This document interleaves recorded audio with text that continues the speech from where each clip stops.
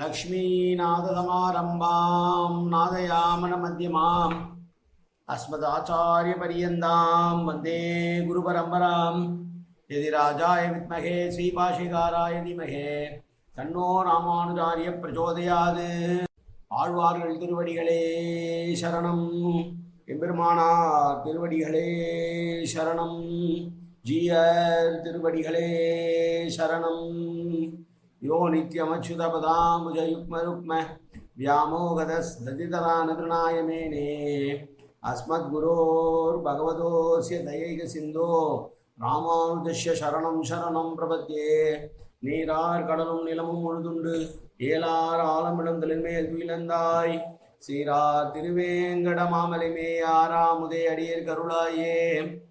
எல்லாம் வல்ல ஏழுமலையான் பெருங்கருணையால் 4000 திவ்ய பிரபந்த பாசுர பதிவேற்றங்களின் வரிசையில் இன்றைக்கு 2789வது நாள் பாசுர பதிவேற்றம். நம்மாழ்வாரருடைய பெரிய திருவந்தாதியிலே 5ஆம் திருமொழியிலே வரக்கூடிய 3வது பாசுரம் 43வது பெரிய திருவந்தாதி பாசுரம். தனியன் முந்துற்ற நெஞ்சே முயற்றி தரித்துரைத்து வந்தித்து வாயார வாழ்த்தியே சந்தம் உருகு கூறும் சோலை சூழ் மொய் பூம் ஒரு நல் குருகூரன் மாறன் பெயர் கூறு. 43வது பாசுரம். அபயம் என நினைத்து வந்த சுரர்பாலே நவை நழுவிப்பான் தன்னை கவையில் மனத்துயர வைத்திருந்து வாழ்த்தாதார் உண்டோ மனத்துயரை மாய்க்கும் வகை என்ற பாசுரத்திலே சகலமும் நாராயணன்தான் என்று பேசினார்.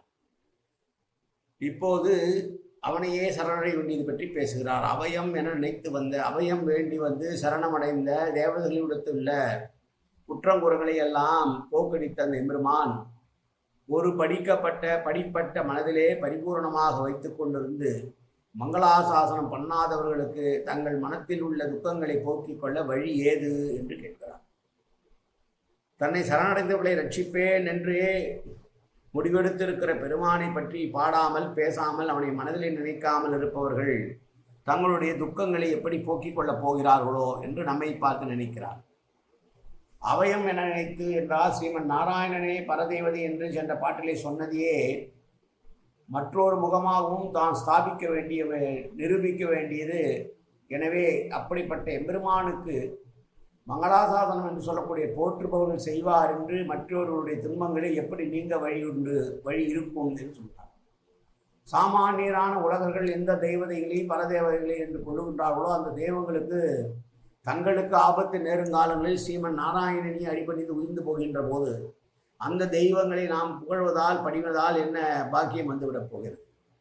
சுரர்பாலே என்பது சுரா என்ற வடசொல் சுரர் என்று தெரிந்திருக்கிறது. இங்கே தேவதைகள் என்கிற பொருள். இங்கே பிரம்மன் சிவன் முதலிய சகல கோடி தேவர்களும் வேதங்களை மதுகடைவர் முதலான அசுரர்கள் கையிலே பறிகொடுத்து விட்டு அழுது கொண்டிருந்த போது சரணம் புகுந்த நின்ற பிரம்மன் என்ன பிரம்மகத்தி சாபத்தால் கண்டத்திலே கபாலம் முட்டி கொண்டிருக்கிற போது வந்து நின்ற பரமசிவன் என்ன மாவலி போல்வோர் கையில் அகப்பட்டு கொண்டு முழிக்கும் போது தேவர்களின் தலைவனான இந்திரனுக்காக அல்லவா ஸ்ரீமன் நாராயணனை உதவி செய்ய வேண்டியிருந்தது. அப்படி தன்னை அபயம் என்று தேடி வந்த பிரம்ம ருத்ர இந்திராதி தேவர்களுக்கெல்லாம் அருள் புரியக்கூடிய அவனை மனதால் நினைத்து வணங்காதவர்களுடைய துக்கங்கள் எப்படி போக்கிக் கொள்வார்கள் மனிதர்கள் என்று கேட்கிறார்.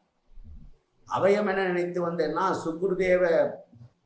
சுகுர்தேவ பிரபன்னாய தவாஸ்மி யாஜிதே அபயம் சர்வபூதேபியோ தாம் ஏதத் விரதம் நம என்று விபீஷண ஆழ்வார் வருகிற போது சரணடை வருகிற போது சொல்கிற வார்த்தை ராமாயணத்திலே.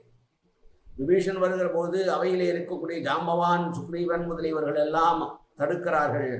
அவன் அசுரன் என்று சொல்கிறான். ஜாம்பவான் சொல்கிறார் இவன் வந்த காலம் சரியில்லாத காலம், எனவே சேர்க்கக்கூடாது என்று சொல்கிறார்கள். மற்றவர்களெல்லாம் இவன் உருவதிவனுடைய தம்பி, இவனை ஏற்கக்கூடாது என்றெல்லாம் சொல்லுகிற போது அனுமான் அமைதியாக இருக்க, ஆனால் முடிவெடுத்து விட்டார் அரசனாகிய ராமன் தான் எடுத்த முடிவை செயல்படுத்த வேண்டும் என்று எண்ணுகிற போது மற்றவர்களுடைய கருத்து கேட்பது என்பது ஒரு மரபு.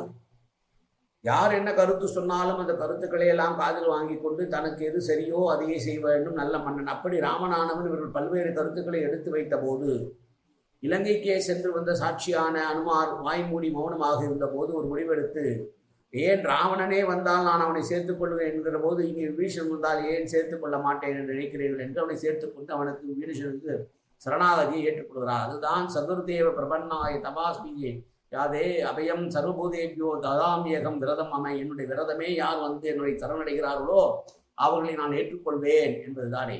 ஸ்ரீ பீஷ்ணாழ்வாரை நோக்கி அபயமளித்தது நெஞ்சிலே கொண்டு அஞ்சியல் என்ற கைவியா என்று அடைக்கலம் புகுந்து என்னை அஞ்சல் என்ன வேண்டும் என்றும் அபயப்பிரதானம் வேண்டுகிறவர்கள் எல்லாம் தேவர்களாய் இருக்கப்பட்டவர்கள். அப்படிப்பட்ட தேவர்களுடைய குறையை போக்கக்கூடியவன் நம்பெருமான் என்கிற போது அவனை நாம் மனதால் நினைக்காமல் எப்படி நம்முடைய துக்கங்களை போக்கிக் கொள்ள முடியும் என்பது அவர் கருத்து. இப்படி சர்வரட்சகான எம்பெருமானையே மனதிலே வைத்து உயர வைத்திருந்து வாழ்த்தாதாருக்கு மனத்துயிரை மாய்க்கும் பகை எங்கிருந்து வரும்? கவை என்பது 2 படுகைக்கு பெயர். இப்படி இருக்கும் கவைன்றது. கவையிலாமவது ஒரு படி பட்டிருக்கை. அந்நியதா சிஞ்சதோ மாம் என்று கீதையிலே சொல்லுகிற நிலைமை வாய்த்திருக்க வேண்டும். நமக்கு அந்நிய சிந்தனையே இல்லாமல் எப்போதும் அவனே உபாயம் அவனே உபயம் என்று அவனையே நாம் ஏற்றுக்கொள்ளும் போது அப்படி வாழாதவர்களுக்கு மன துன்பங்களை போக்கிக் கொள்வதற்கு வழி இல்லை என்பதனாலே தான் சொல்கிறார். திருவாய்மொழியிலே 9ஆம் பத்திலே வரக்கூடிய 8ஆம் திருமொழிய 3வது பாசனம் எவை கொள்ளுநக பெருநாள் என்ற பாட்டில் நவை கவை என்று பதைப்பிரயோகம் வருவதை நாம் யோசித்து பார்க்க வேண்டும்.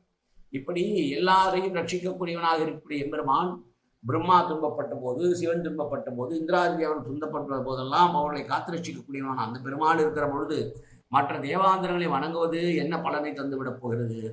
எனவே அப்படிப்பட்ட நாராயணனையே மனதிலே வைத்திருந்து நாம் நாளும் நினைத்து பார்க்காவிட்டால் நம்முடைய மனத்துயரங்களை போக்கிக் கொள்கிற வழி எதுதான் என்று யோசித்து, எனவே எப்போதும் நாராயண ஸ்மரணத்திலேயே இருங்கள் என்று உணர்த்துகிற பாசுரம் இந்த பாசுரம். மீண்டும் ஒரு முறை பாசுரத்தை சேவிக்கலாம். அபயம் என நினைந்து வந்து சுரர்பாலே நவையை நழுவிப்பான் தன்னை கவையில் மனத்துயர் வைத்திருந்து வாழ்த்தாதார்க்குண்டோ மனத்துயரை மாய்க்கும் வகை.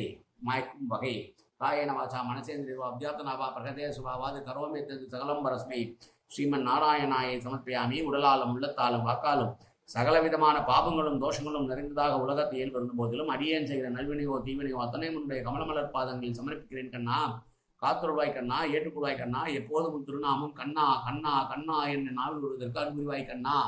சர்வத்திர கோவிந்தநாம சங்கீர்த்தனம்.